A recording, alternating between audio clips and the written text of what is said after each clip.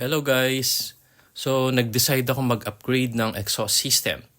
Yung ganito na design na twin tip and then nasa rear, medyo matagal na design na to, alam ko eh. Alam ko nga discontinued na. So nagtatry pa din ako maghanap, pero talagang ang tagal na since 2022. Yung ganitong model daw kasi 2015 lumabas hanggang 2018 pa. So talagang medyo matagal maghanap.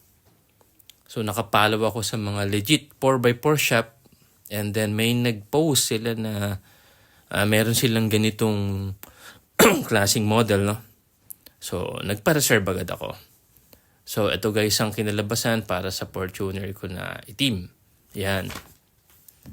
Nasa rear, which is gustong gusto ko talaga yung ganitong design na nasa likod. So, yan guys. So, full exhaust siya. Pati yung down 5.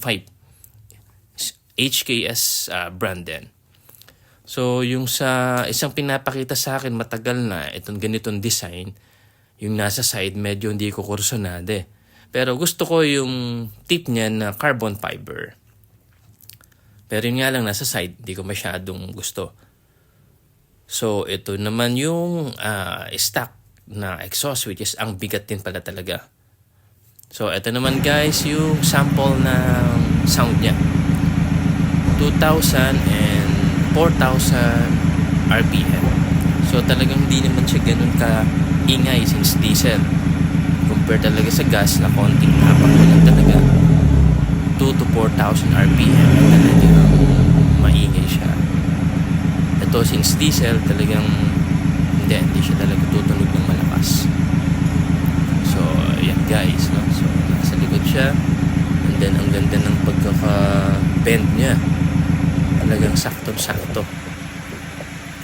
Hindi yung parang stock exhaust na nilagyan mo lang ng burn tip na tapos nakababa.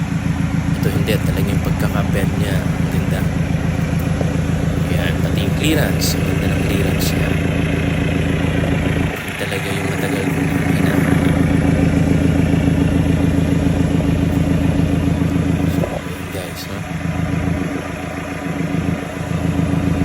Pero, kung yan carbon tip, tingin ko better. Pero walang ganun eh. So, okay na din to. Ayan guys. Part number niya. So, yun lang guys. See you next time.